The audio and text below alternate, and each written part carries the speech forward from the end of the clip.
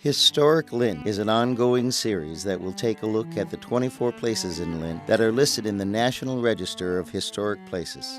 To be included in this list means that a location or object has been deemed worthy of preservation.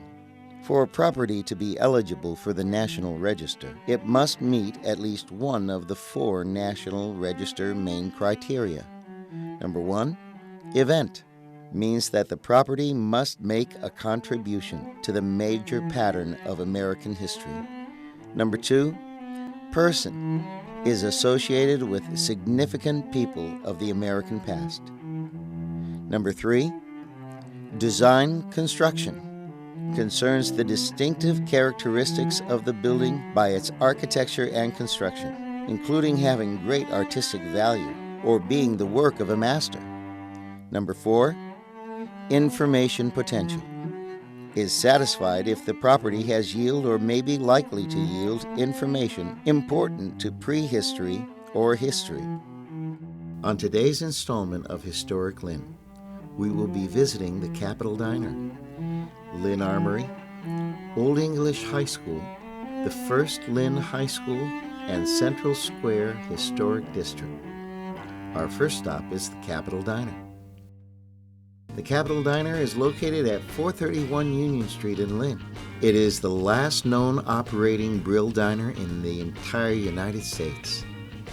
It was originally called the Miss Lynn Diner, as New England diners of the time were formerly named Miss after the towns they were in. When it was sold to George Fennell in 1938, it was renamed the Capitol Diner after the Capitol Theater across the street, and has remained in the Fennell family ever since. The diner has been featured in numerous magazines, books, and television shows over the years, and it continues to be a very popular downtown destination. Bob Fennell, current owner and U.S. representative from Lynn, sat down with us to discuss the Capitol Diner. My name's Bob Fennell, and I'm the owner of the Capitol Diner. The diner is located at 431 Union Street. It was built in 1928. It was built by the Sterling Manufacturing Company. It's a brill dining car, and this was the style of the old carts of the day, designed from the railroad trolley cars. My great uncle George Fennell came in 1938 and worked it for approximately 10 years. And my father came in 1948. He immigrated from New Brunswick, Canada, came down looking for work, came in here. My great uncle was short-handed at the time, and he put him to work. He was only supposed to stay for 6 months, but that 6 months lasted for over 50-something years, and he ended up owning it and operating it.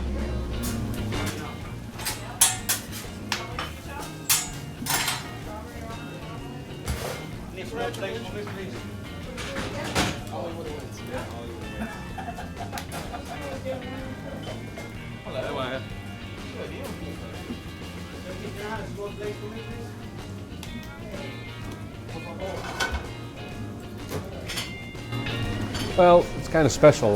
You're not realizing that when your great uncle comes in 1938 and purchases a dining car, and your father takes it over, that I'm the 3rd generation going forward, and not realizing that how special this dining car was. A brill manufacturer made only diners within about 6 years, and there was only a few that were made and scattered around the country. And today, tell me today, this is the last operating one in the country, and that's somewhat special to me. And a lot of the diner aficionados that know diner and diner history and study it, they like to come here just to see it. Well, I mean, like I said, over the years we've seen a lot of changes in the city of Lynn, and especially in Central Square, from the factory workers to the .com industry, and you know, we've had a lot of famous people over the years come to the Capitol Diner, whether it's movie stars or politicians, and so you know. But the main thing is it's a generational diner. We've got a lot of generational families that can come in and continue to come in today. Oh, Adam Sandler was here. They filmed it late in the early morning, around 4 o'clock in the morning, and they were filming all day, so they were somewhat tired. And the Adam Sandler was here, and a few of the other movie stars. It was exciting. It was fun. It was filmed right out in the courtyard there, and just to see the production trucks come up, put the scene together, and then all of a sudden drive away, and you wouldn't even know they were there, and they were out of here within a couple of hours. So it was exciting to see. For at least over 20 years in my little side courtyard there, we had a menagerie of farm animals. It started off with a rooster, and it grew into a koi pond and an African pygmy goat named Nina. It started off when the dog officer at the time had caught a rooster up in the Lynn woods, and we just threw it in the yard, and it took off, and from there we just grew into where it was, and people looked forward to seeing them, and still today people come in the diner and look out in the courtyard, and they tell their children that when they were growing up there used to be chickens in the yard, so we're pretty much famous for that. Over the years we've had several, like I said, families and generational families that come in. People have seen me grow up here at the Capitol Diner because I've been here so long, and I've seen children that were brought in here, and they're bringing their kids in now. So it's countless numbers of people that have been coming throughout the years. The diner is, like I said, located at 431 Union Street. We have dine-in or take-out. We're open Monday through Saturday, 6 a.m. to 2 p.m. On Sundays, we're open 7 a.m. to 1 p.m. We serve breakfast all day on Saturdays and Sundays, and we have a light lunch during the rest of the week.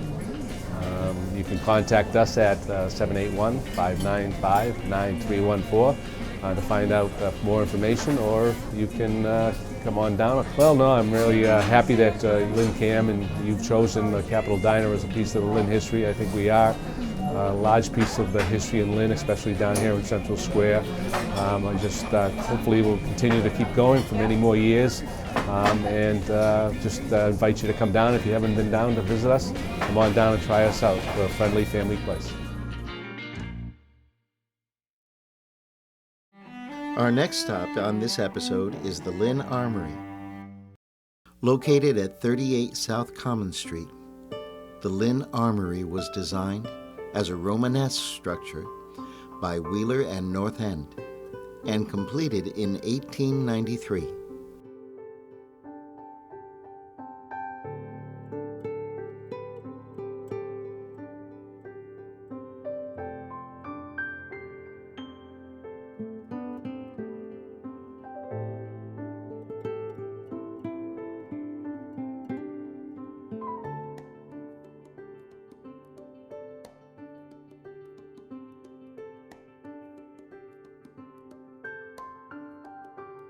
The National Guard has utilized the armory for years. During the 30s, it housed one company of engineers, one company of infantry, and one battery of field artillery. The basement still has many rooms from this time, such as storage areas, meeting areas, and more.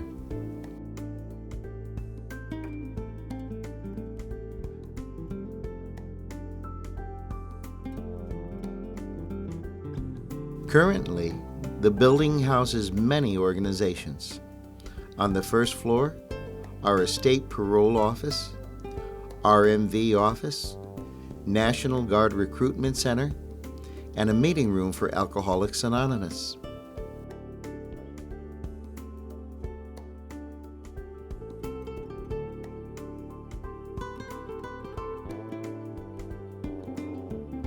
On the second floor is a probation office, as well as some offices for the Essex County Sheriff's Department.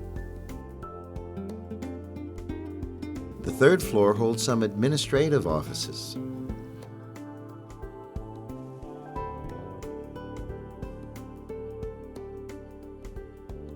Over the years, the Armory has been host to many different functions in its gymnasium, such as wrestling shows, fundraisers, and dances.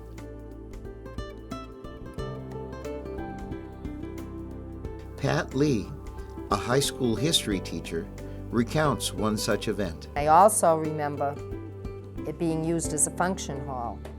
The policeman's ball used to be held there, with the Grand March starting at the top of the stairs. Thanks for watching Historic Lynn. We'll be taking a short break. But don't go away because we still have a couple of locations left to visit. Hello, I am Thomas Jefferson. I would like to take a moment and thank you for watching LynnCAM. Be sure to check out LynnCAM's schedule online at www.lynncamtv.com. Now, if you'll excuse me, I must go see Benjamin Franklin about a kite. LynnCAM TV, connecting you to your world. LynnCAM TV has gone viral. Be sure to check us out on Facebook, Twitter, YouTube, and Blip TV for the up-to-date LynnCAM news and video on demand. Thanks for tuning in to Historic Lynn. Our next stop is the original English High School. English High School. Now this is the original English High School, not the English High School that people are familiar with today. It was built in 1892 of Romanesque architecture. It was located at the corner of Liberty and Essex Streets. For a time, English and Classical both resided in the building, while Classical High School was being built on the Common. In 1924, it burned down. English High School went back into the building after it was rebuilt, and in 1931, they left for the Meadow and their new school, which they're still in today. That building became Cobbett Junior High School, and then later, and still today, Cobbett Apartments. Our next stop on this episode of Historic Lynn is right across the street, at the location of the Old Lynn High School. The Old Lynn High School was located at 50 High Street and opened in June 1849. This was Lynn's first high school, and Jacob Batchelder was the first headmaster. Subjects that were taught were Greek, Latin, French, algebra, geometry, bookkeeping, surveying and navigation, general history, moral science, philosophy, and political economy. Girls Inc. moved into the location in 2009. When they bought the building, it was in a horrible state.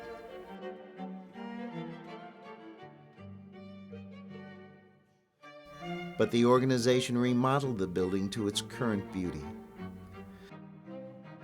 The historical integrity of the landmark building has been maintained, and a 4,000 square foot addition has been flawlessly added to increase the overall space.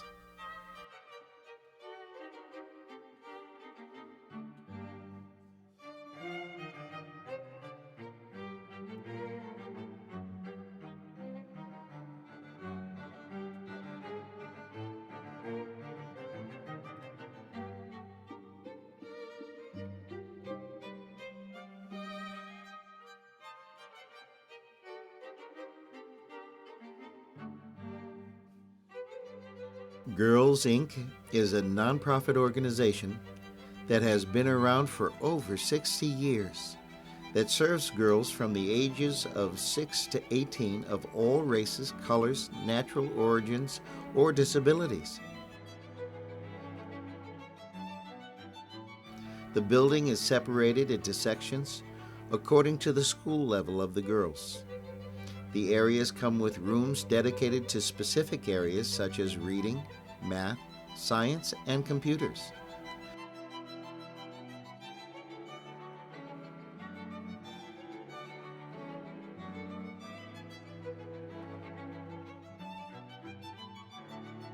They also offer programs dealing with drugs and alcohol, sex ed, discrimination, homework help, and both job and college preparation.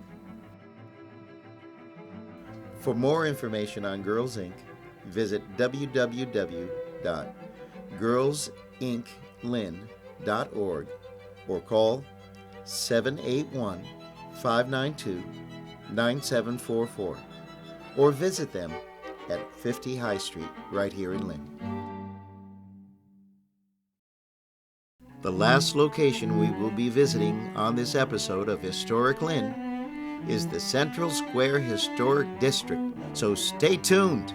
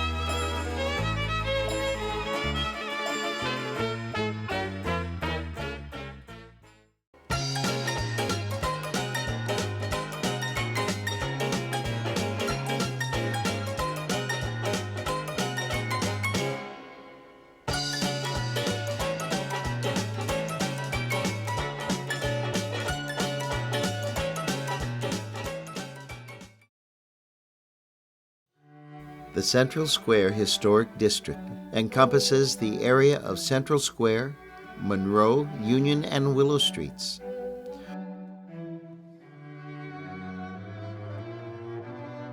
For a great period of time, Central Square was the center of commerce and entertainment for Lynn, and was easily accessible through the trolley system in place at the time.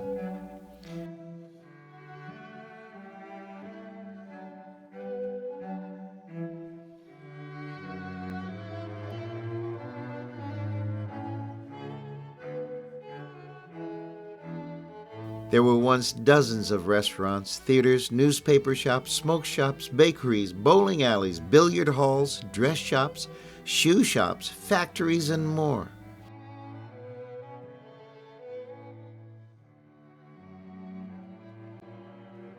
President Coolidge even had a summer office in the Security Trust Building in 1925. The defining feature of Central Square for a long time was the trolley and train systems that ran throughout the city.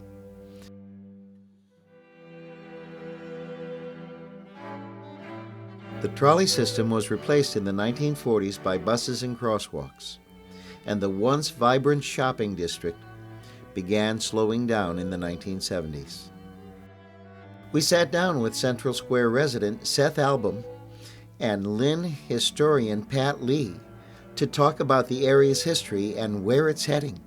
The railroad, the Boston and Maine Railroad, ran through starting in August 28th of 1838. And it ran on the ground. The tracks were on the ground. If you ever see pictures of it, there's hundreds of people around, believe it or not, in Central Square. And it was a very confusing place.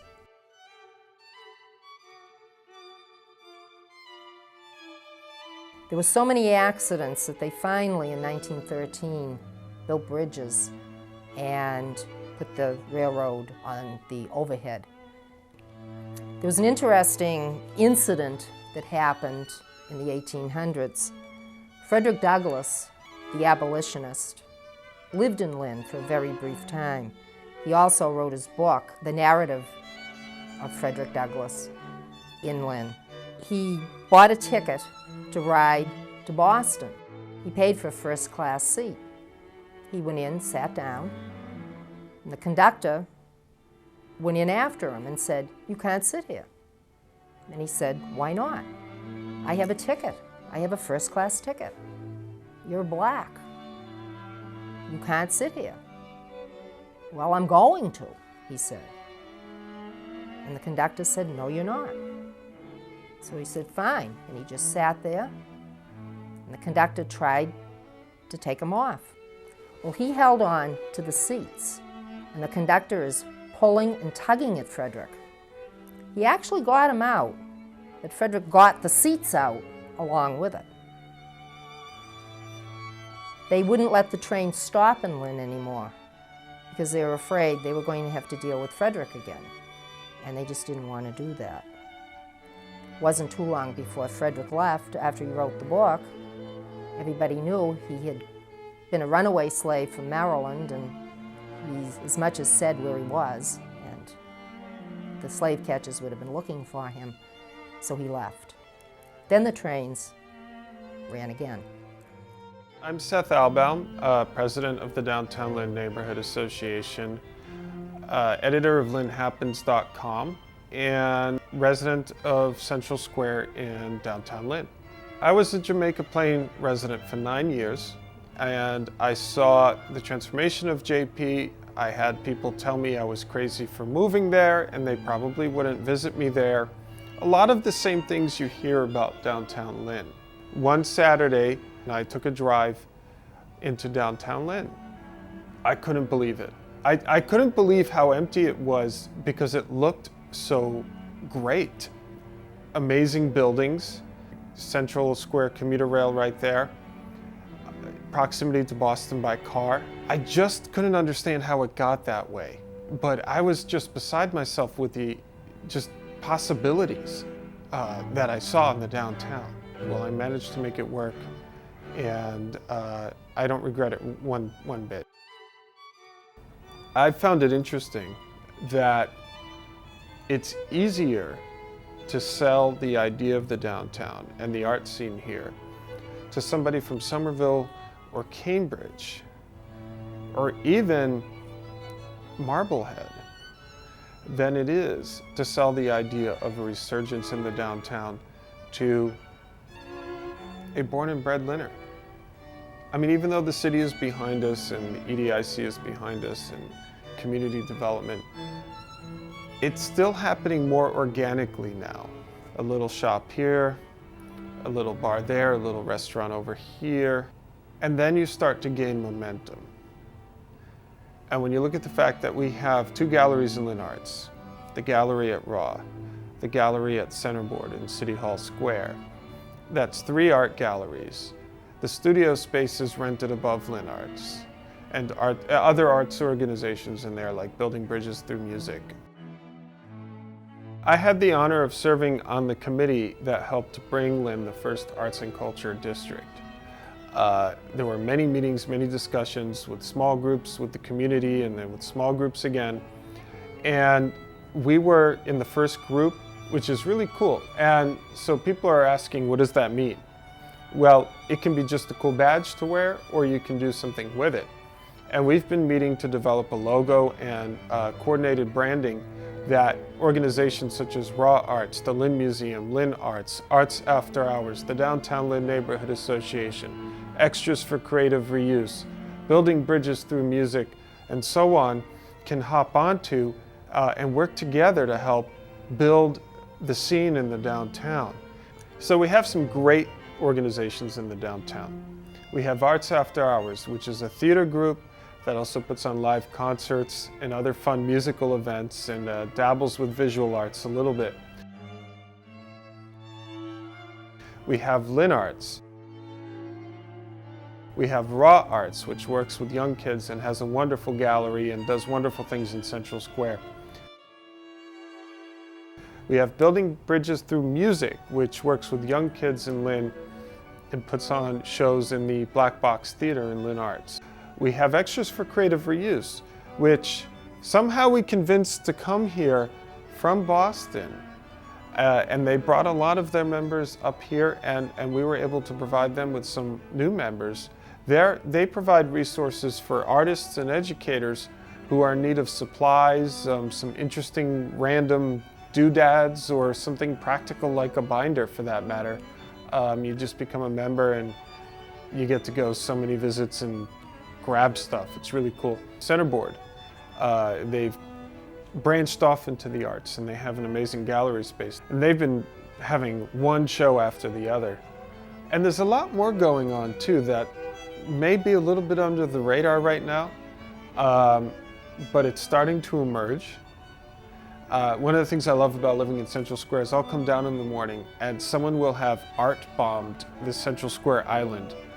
There might be a robot made out of boxes and tin foil, for example, that was not there the night before. And, you know, it just kind of puts a smile on your face.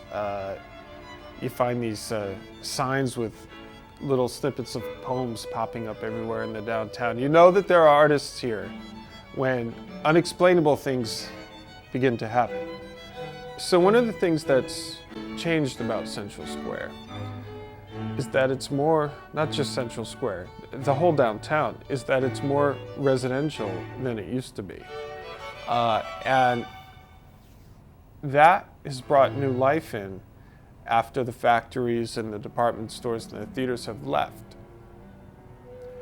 And the residents are starting to draw new types of businesses that cater to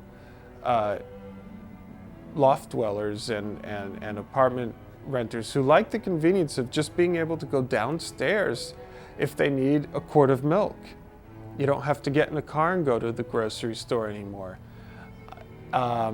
People are rediscovering urban living here in downtown Lynn. So in the future of downtown Lynn, I see more restaurants, bakeries. I see some turnover as we grow, as is expected in any situation like this. And ultimately, though, I expect to see our storefronts filled, and those landlords that are kind of holding out right now, hopefully they'll see the light and start investing in their properties more. I think they will.